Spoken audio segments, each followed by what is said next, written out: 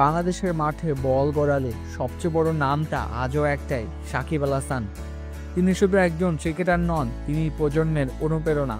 বিশ্ব ক্রিকেটের ইতিহাসে নিজের নাম লিখেছেন সোনালী হরফে।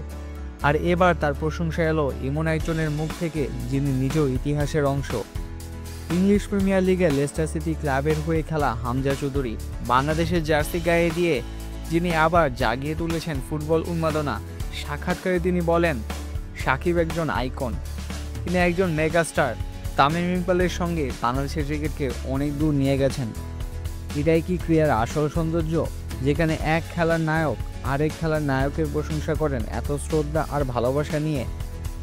বাংলাদেশে এসেই হামজা পেয়েছেন অচেনা এক ভালোবাসা, যেখানে তারকা নয়, তিনি হয়ে উঠেছেন মানুষের নিজের মানুষ। তিনি বলেন, সবাই আমাকে আপনজনের মতো কাছে টেনেছে, এমন ভালোবাসা ইংল্যান্ডেও খুব একটা পাই না। আজকের বাংলাদেশে যেখানে ক্রিকেটেই ছিল রাজা, সেখানে হামজার হাত ধরে নতুন করে মাথাতে উঠছে ফুটবল।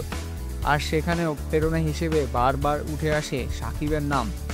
ফুটবল না ক্রিকেট, কে এগিয়ে কে জনপ্রিয় এটা নিয়ে বিতর্ক থাকতে পারে, কিন্তু ভালোবাসা সেটা সব খেলার জন্য বিশুদ্ধ, সবার জন্যই সমান।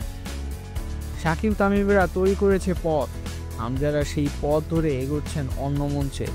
আলোর পথে বাংলাদেশ জিতছে একের পর এক খেলায়।